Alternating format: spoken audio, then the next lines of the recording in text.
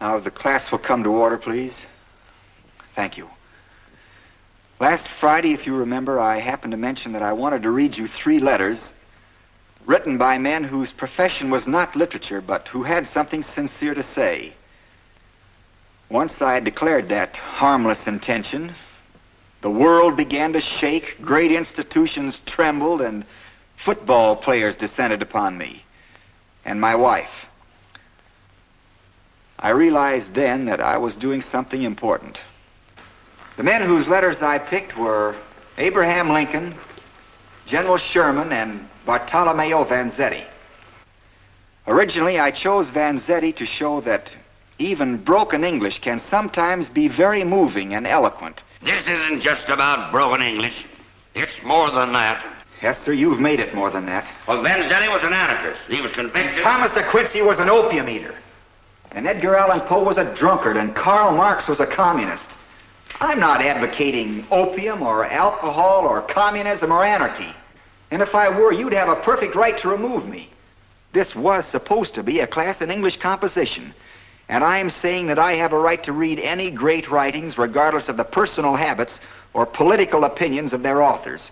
And I still say it's a dangerous thing to bring up. No, sir. It's a dangerous thing to keep down, and if you want to make that political, all right.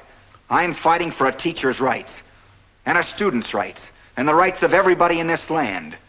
You can't suppress ideas, Mr. Keller, just because you don't like them. Nobody can, not in this country, not yet. This is not about Vanzetti. It's not a question of whether he was guilty or innocent. It's about us. This is a university. We're teachers, and it's our business to be impartial, to bring what light we can into this muddled world, to try to follow truth. And if I can't read this letter today, if it must be suppressed before you've even heard what it is, tomorrow none of us will be able to read anything or teach anything except what Edward K. Keller and the trustees permit us to teach. And you know where that leads and where it has led in other places. We hold the fortress of free thought and free speech in this place this afternoon. And if we surrender to prejudice and dictation, we're cowards. I have no idea what started all this. I don't know quite how I got into this fight. I'm not a politician. I have nothing personally to gain by reading this letter. And there's little more that I can lose. I only know I have to read it. If I can find it.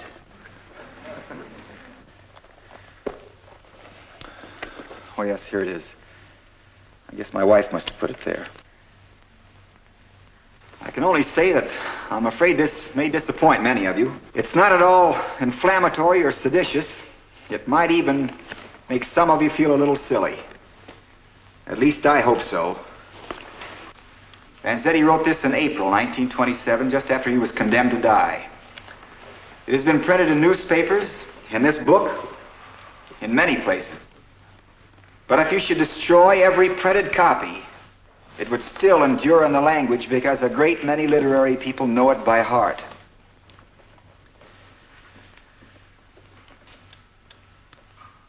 If it had not been for these things, I might have lived out my life talking at street corners to scorning men. I might have died unmarked, unknown, a failure. Now we are not a failure.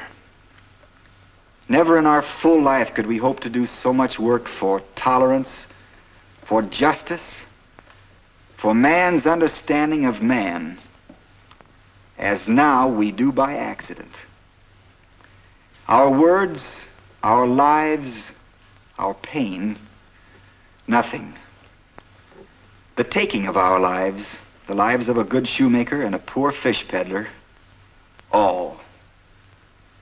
That last moment belongs to us. That agony is our triumph.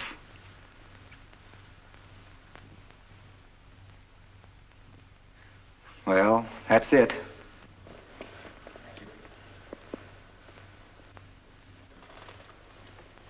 Is that all? Well, that isn't a bad letter. That will be all this afternoon. Class is dismissed.